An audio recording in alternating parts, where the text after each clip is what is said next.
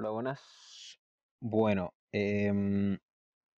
a ver, ¿cómo parto esto? Porque la verdad son muchas cosas que de manera escrita, igual como que me cuesta como expresarlas. Así que por eso se me hace más fácil como hablarlas porque es como conversar conmigo mismo y se me hace más entretenido y más fácil, por así decirlo.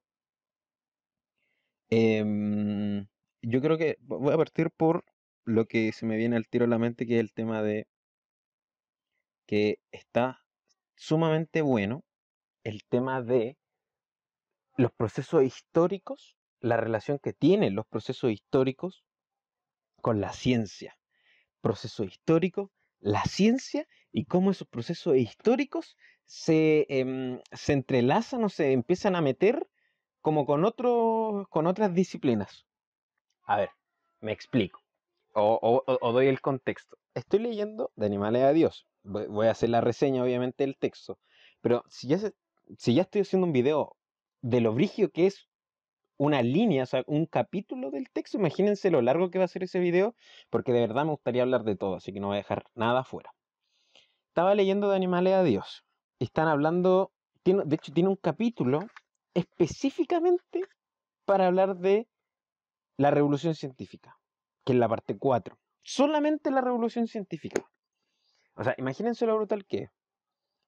Em, la primera parte, así como de entrada, lo que voy a decir aquí no es nada con base, es solamente mi ignorancia pura de lo que voy a decir, lo que yo sé, pero lo digo como propuesta para estudiar. O sea, propuesta porque van a ser temas que los voy a ir a estar estudiando, así como para despejar mi cabeza, nomás lo digo solamente. No tomen aquí nada como verdadero o como que, o como que puede ser algo, ¿cierto? Porque no tengo referencia, no tengo base en estas cosas que voy a decir ahora.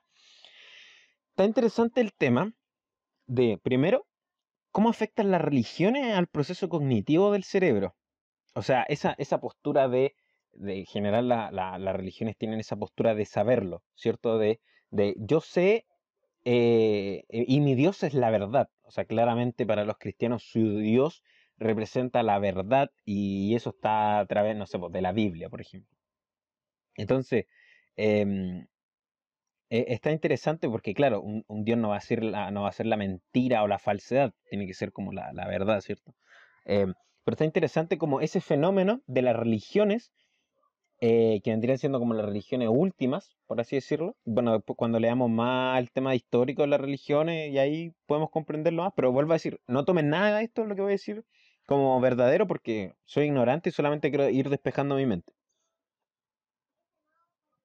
El tema de las religiones es como esa postura de no estar abierto a la crítica de lo que yo sé, realmente no es como lo sé. No sé si se me entiende. Por ejemplo, el tema de las religiones, como digo, es la postura del lo sé, Dios es así y el enfoque primordial es Dios. Y por ende no existe ese espacio a lo que no es Dios, ¿cierto? Y esto lo podemos ver, por ejemplo, claro, uno podría decir, el Yuval dice en el texto que cuando iba un campesino a preguntarse qué era la verdad, claro, al sacerdote se le iba a preguntar qué era la verdad y el sacerdote hablaba de Dios, obviamente.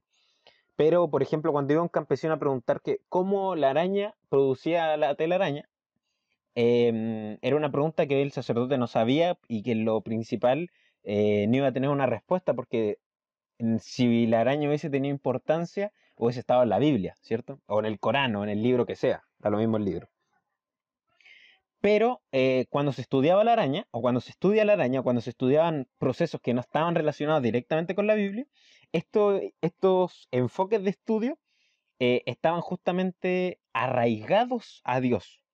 O sea, por ejemplo, cuando Linneo, si no me equivoco, estudiaba el tema de la taxonomía y estaba viendo el naturalismo, ¿cierto? Estaba viendo las mariposas, las aves, las flores, etcétera. Él no podía coincidir, por ejemplo, que lo que ahora podemos coincidir como teoría de la evolución, ¿cierto? Él decía, mira, todo tiene un orden.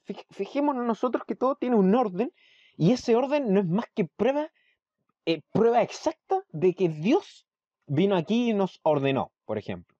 Y esto tenía justamente también relación con el tema de los griegos, como coincidía en el tema de que antes existían el caos y después un orden, etcétera, y el destino tenía relación también con el tema del cristianismo, ¿cierto? Porque, o sea, con la religión en general, no estoy hablando específicamente, pero se toma harto el tema del cristianismo y el islamismo y el budismo en el texto. Es que no, es que existe el universo, te precoincidió a ti tu destino. Entonces está el tema también del destino, del orden, del desorden. Es como, está muy metido todo eso está como muy metido y entrelazado entre sí.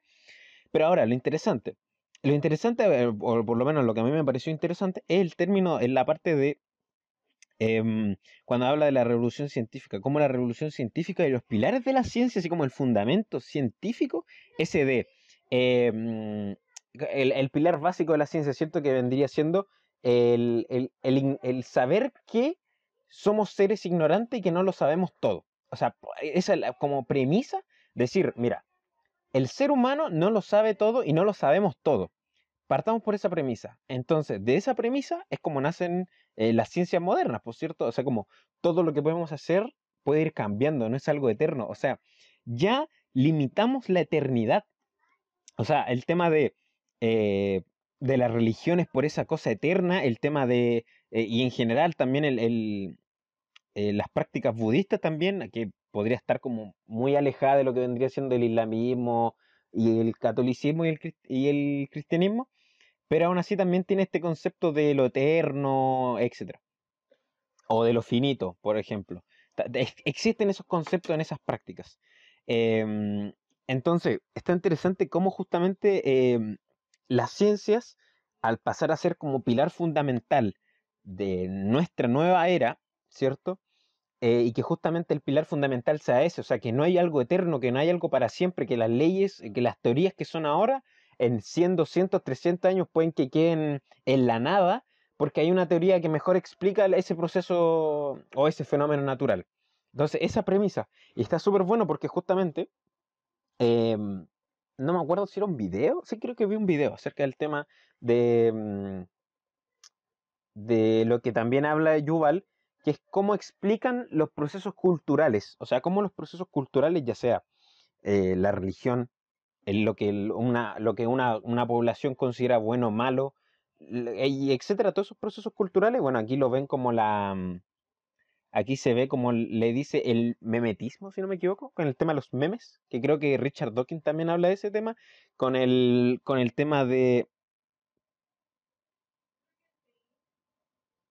con el tema del postmodernismo y con el tema de la teoría de juegos, si no me equivoco. Pero eso, en general, en la parte del postmodernismo y el memetismo, si no me equivoco, que era así, son bien interesantes porque justamente yo lo que me he escuchado del postmodernismo es el tema de esa falta de verdad. O sea, que no existe una verdad pura, así como dura y pura.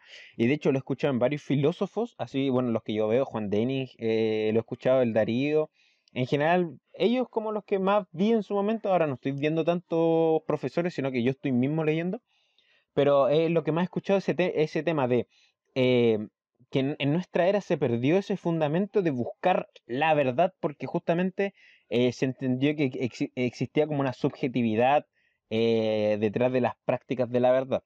Pero justamente, bueno, como dicen estos filósofos, el tema de que pensar que existe una subjetividad de la verdad es como darle espacio a todas las otras verdades como el nazismo, como la homofobia, el racismo, etcétera. Entonces, realmente sí tiene que existir una especie de verdad. Pero bueno, eso no es tema de este video. Sino a lo que voy es que esa parte de la subjetividad de la verdad o cómo se ha perdido la verdad, considero yo que igual tiene que, o sea, la revolución científica tiene algo que ver porque justamente si la ciencia como práctica en su momento inspiraron a, a economistas, a antropólogos, a filósofos, así como ramas que realmente no tienen relación directa con la ciencia, como lo podría ser actualmente quizás la filosofía o la antropología o la sociología. O sea, su fundamento muchas veces se pensaba que era el mismo fundamento que la ciencia, o sea, ver al hombre como mera máquina enzimática, etcétera. Y sobre todo en la parte más de economía. Me atrevería a decir que esos procesos todavía están arraigados, sobre todo en la parte de la economía. en los procesos más de sociales, antropología y filosofía, quizás lo han ido cambiando y reformulando, pero en algunos procesos sociales, como la economía, todavía se mantiene este pensamiento más como el ser humano como máquina, como parte de una gran máquina, etc. Pero pero vuelvo a decir, está sumamente interesante esa parte. ¿Por qué? Porque justamente la ciencia, como no tiene este fundamento de decir, mira, esta es la verdad, esto es así porque sí, no como la tenían las religiones antes, porque antes la religión era, mira, esto es así, Dios quiso que sea así. Y si no es, bueno, lo podemos criticar, pero ¿en qué lo criticamos? Entre los que creemos en Dios, entre los que estudiamos a Dios. ¿Se entiende? Pero, y ahora no, pues es como, esto es así, puede cambiar totalmente. ¿Quién va a decir si cambia? No yo que gané 7 premios mundiales, ni Nobel, ni tampoco yo que soy el científico más condecorado. Lo va a decir el mismo fenómeno o alguien que lo vaya a explicar de mejor manera. O sea, se pierde, por ejemplo, se pierde lo que tenía antes esa parte de las religiones, se pierde em, como esa autoridad, como que ya no existe esa autoridad que dice, esto es así porque tal persona lo quiere, lo dice y lo hace así. En ese caso, en el caso de la religión, la autoridad obviamente son Dios y quien representa a Dios en la tierra. Pero en el caso de la ciencia, no hay como una autoridad científica, por así decirlo. No es como, mira, esto es así porque yo quiero que sea así. Si el hecho dice algo, el fenómeno dice algo, y la explicación se acata al fenómeno, es así y punto. Da lo mismo si el que lo hizo, que eso igual es perturbador, pero da lo mismo si el análisis lo hizo un cristiano, un musulmán, un nazi, un comunista, la explicación del fenómeno es así, da lo mismo. Cosa que claramente si, no sé, pues, un budista le dice a un católico que su Dios está malo, obviamente no es así. Es lo mismo si un cristiano le dice a un, a un musulmán que su Dios es así y no así, también pues está para la postura opuesta está mal. Pero en cambio la ciencia no. O sea, en el caso de la ciencia, como dije, da lo mismo si un comunista le dice a un capitalista que la segunda ley de Newton funciona así, los dos se van a entender igual y están hablando del mismo proceso, del mismo fenómeno, en definitiva. Entonces está sumamente interesante cómo justamente esa cosa de pensar como como lo que hay detrás de la ciencia, así como cómo se conlleva la ciencia, afecta obviamente a los procesos sociales, digo obviamente como algo sabido, ¿cierto? Pero no es tan obvio. Pero cómo esa forma de pensar está metido en procesos sociales y esos procesos sociales están metidos en cómo se entiende el ser humano con su entorno. O sea, cómo ese proceso utilitario, porque la ciencia a fin de cuentas termina siendo, según el Yuval, termina siendo un proceso utilitario donde depende de la política y la economía, que se haga mayor investigación, y esa mayor investigación le da poder a la política y esa política le da más sustento a la economía y esa economía le da más sustento, perdón, y esa economía y esa política le da sustento a la investigación y así, como que es un círculo vicioso de que no tiene fin. Entonces está súper interesante justamente por eso, porque eh, ese fundamento técnico, obviamente las ciencias naturales son muy técnicas, ese fundamento técnico le da más poder a esa parte política que no debería ser técnica desde cierto punto, ¿cierto? Que le da más sustento a esta parte económica, que justamente la parte económica es procesos sociales, parte ser humano, pero que al final, nuevamente, como está arraigada a la ciencia, justamente también tiene este fundamento más científico. Lo que en su momento quizás filósofos pensaban que el ser humano podía ser predecible y podía ser una máquina tal cual como Newton podía predecir el cosmos, también se puede ver o se intenta ver desde el punto de vista económico o político. Justamente, ¿por qué? Porque están relacionadas estas tres cosas. Em, Como digo, está interesante todo esto. Está muy, muy interesante todo esto. Porque justamente conecta estos, estos pilares del fundamento de la ciencia, más allá de, mira, estoy aprendiendo la segunda ley de la termodinámica. Mira, estoy aprendiendo tal reacción química. Más allá de eso, o sea, hay un fundamento que involucra el por qué creemos que esa es la segunda ley de la termodinámica o por qué denominamos eso como la segunda ley de la termodinámica y por qué todos los procesos que involucren cambio de energía, etcétera, tienen que cumplir con esa famosa ley.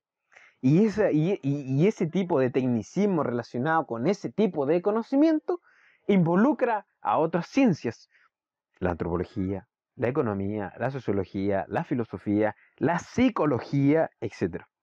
Entonces, como digo, está sumamente interesante. De verdad que está de locos. O sea, yo creo que le dedicaría este tipo de videos solamente a esta parte, a este libro, porque son como cosas que se me vienen a la mente, solamente es como para liberarme. Pero eso sería todo en general. Bueno, como digo, todo lo que dije aquí, vuelvo a repetir, todo lo que dije aquí no es que algo que tengan que creer como lo que acabo de decir, como la verdad, porque justamente lo que estoy diciendo no tiene base, no tiene fundamento, más que lo que yo propio creo. Y lo que yo creo no es nada. Así que no crean lo que dije, realmente no lo tomen tampoco como algo verídico, tómenlo como algo para estudiar. El posmodernismo, la crítica al fundamento de la epistemología de la ciencia, más bien tómenlo por esa parte, más que todo lo que yo dije, anotarlo en un papel, más bien busquen esos materiales, tal cual como yo lo voy a hacer y tal cual como yo voy a hacer videos próximos de estudiando esos temas, porque la verdad están bien entretenidos. Así que eso sería cualquier cosa. Ahí está la caja de comentarios. Nos vemos. Chau, chau.